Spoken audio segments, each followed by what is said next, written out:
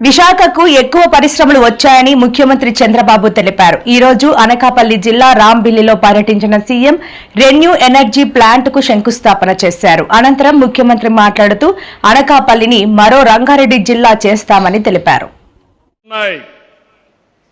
CI partnership లో energy renew energy రాష్ట్రంలో మీరు ఒకటే గుర్తుపెట్టుకోవాలి. ఈరోజు సిన్హా గారు ఇక్కడ ఉన్నారు. 82,000 కోట్ల రూపాయలు ఈ రాష్ట్రంలో పెట్టుబడులు పెట్టడానికి ముందుకొచ్చారు. మీరందరూ కూడా గట్టిగా చప్పట్లు కొట్టి అభినందించండి.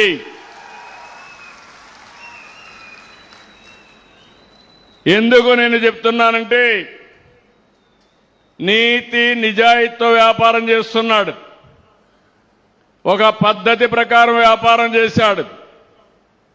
ఒక ఎంపైర్ని క్రియేట్ చేయగలుగుతున్నాడు. ఆయన మన ఒక్క రాష్ట్రంలోనే 82,000 కోట్ల రూపాయలు ఈ యొక్క గ్రీన్ ఎనర్జీలో ఖర్చు పెట్టే పరిస్థితికి వచ్చాడు. ఇప్పటికీ 777 మెగావాట్లు విండు సోలార్ అనంతపూర్ జిల్లాలో పెట్టే పరిస్థితికి వచ్చారు. మళ్ళీ అనంతపూర్ కర్నూలు రెంటుల్లో కూడా 10,370 కోట్ల రూపాయలు తొందరలోనే పనులు ప్రారంభిస్తారు. అంటే రెండు ప్రాంతాల్లో ఇక్కడ మ్యానుఫ్యాక్చరింగ్ చేస్తున్నారు, అక్కడ మాత్రం సోలార్ విండ్తో పవర్ జనరేట్ చేస్తున్నారు. రాంబల్లిలో పెట్టిన రెన్యూ సంస్థ చేస్తున్న సోలార్ ఇంగాట్ వేఫర్ ఉత్పత్తితో విదేశాలపైన మనం ఆధారపడే పరిస్థితి పోతుంది. ఇదే ప్రధానమంత్రి మోడీజీ గారి యొక్క ఆత్మ నిర్భర్ భారత్ అని చెప్పి కూడా నేను మీకు తెలియజేస్తున్నా. నేను ఒకటే ఆలోచించాను. ఈరోజు మీకు అందరికీ తెలిసి దేశంలో పవర్ సెక్టర్ రిఫార్మ్స్ ని ప్రారంభించింది తెలుగుదేశం పార్టీ. 2000లోనే దీన్ని ప్రారంభించాం. ఈరోజు మీరు చూస్తే నేను చాలాసార్లు మీకు ఒక మాట చెప్పాను. రాబోయే రోజుల్లో కరెంటు ఛార్జీలు పెంచనని ఎన్నికల సమయంలో చెప్పాను. చెప్పిన మాట నిలబెట్టుకుంటున్నానా లేదా మీరు ఒకసారి ఆలోచన చేయాల్సిన అవసరం ఉంది. గత 5 సంవత్సరాలు 1924 విద్యుత్ రంగం కుప్పగూలిపోయింది. పీపీఏలు రద్దు చేశారు. నిర్వహణ లోపం, తప్పుడు నిర్ణయాలు, అధిక ధరకు కరెంటు కొనడం, ఇంకో పక్క ఎక్కడ చూసినా అవినీతి.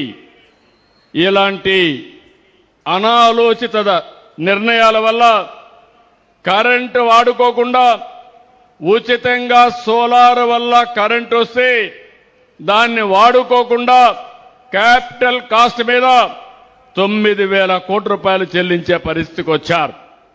ప్రజా ధనాన్ని దుర్వినియోగం చేశారు. అంతేకాకుండా ఈరోజు 1924లో విద్యుత్ సంస్థలపైన 1,12,000 కోట్ల రూపాయలు భారం మోపారు. 9 సార్లు కరెంటు ఛార్జీలు పెంచారు. మీ మీద 32,000 కోట్ల రూపాయలు భారం వేసే పరిస్థితికి వచ్చారు. నేను 2024లో వస్తానే ఆలోచించాను. మనం చేయాల్సింది తక్కువ ఖర్చుతో కరెంటు ఉత్పత్తి చేయాలి. ఏమేం మార్గాలు ఉన్నాయని ఆలోచించాను. దీనికి గ్రీన్ ఎనర్జీ ఒక మార్గం. అందుకే కేంద్రం 500 గిగావాట్లు కరెంటు ఉత్పత్తి చేయాలని గ్రీన్ ఎనర్జీలో లక్ష్యంగా పెట్టుకుంటే మనం 160 గిగావాట్లు రెన్యూబుల్ ఎనర్జీకి ముందుకు పోతున్నాం. దీనివల్ల 10 లక్షల కోట్ల పెట్టుబడులు వస్తాయి. 7,50,000 మందికి ఉద్యోగాలు వస్తాయి. 22 నెలలు 117 ప్రాజెక్టులు క్లియర్ చేశాం. 5,95,000 కోట్ల రూపాయలు పెట్టుబడులు వచ్చాయి. 4,76,000 మందికి ఉద్యోగాలు వస్తాయి.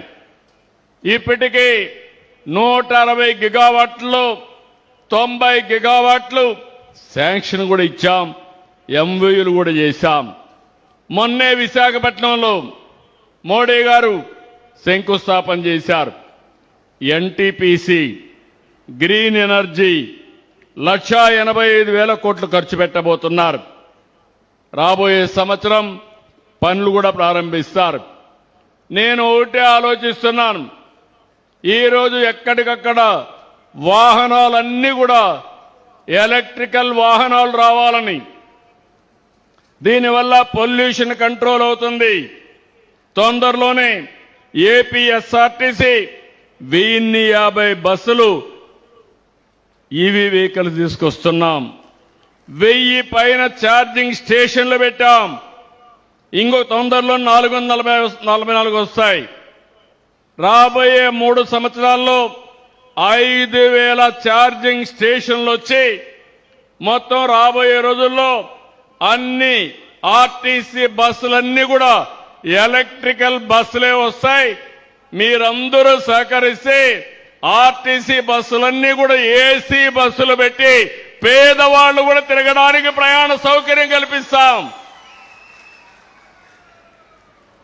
అంటే డబ్బులుండేవాళ్ళు ఏసీలో తిరగడం కాదు, మా పేదవాడు కూడా దర్జాగా బయటకు వస్తే గౌరవంగా ఉండే పరిస్థితి తీసుకురావాలనేది నా కోరిక.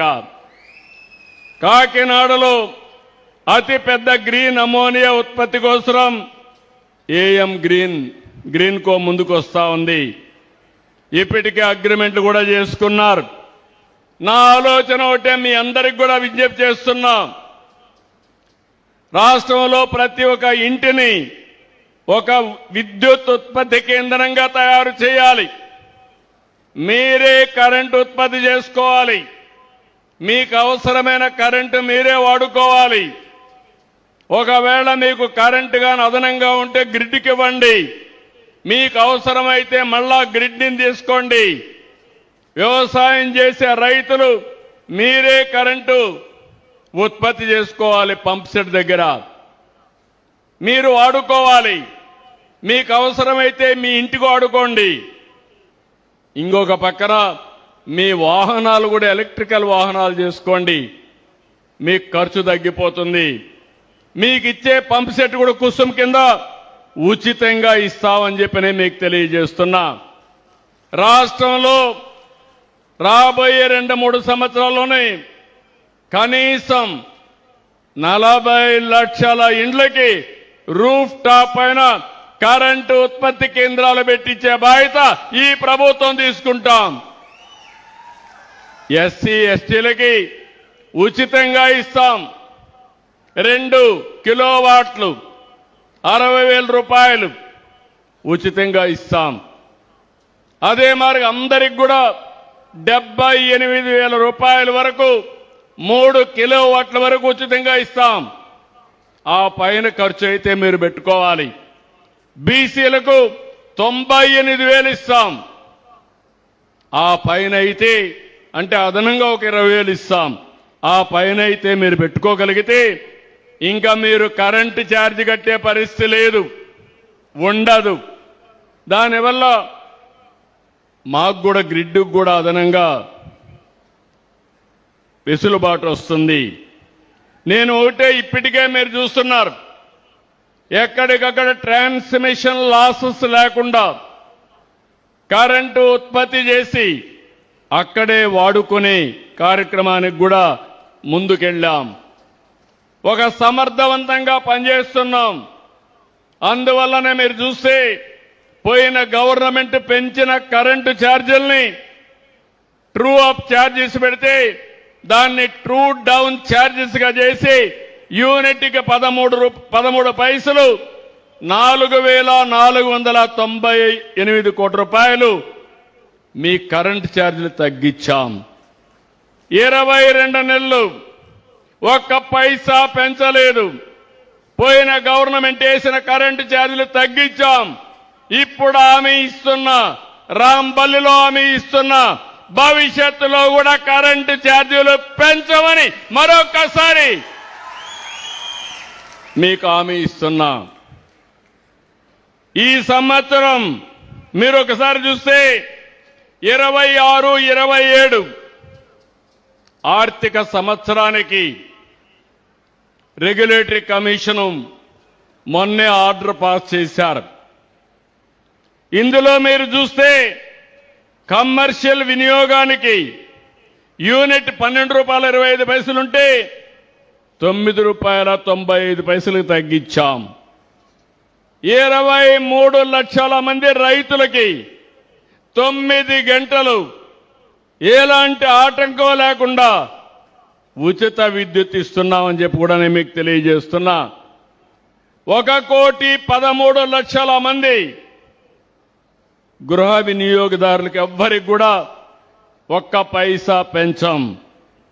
22 లక్షల మంది ఎస్సీ ఎస్టీ ఆర్థికంగా బలహీన వర్గాలకి ఉచిత విద్యుత్ ఇస్తున్నాం.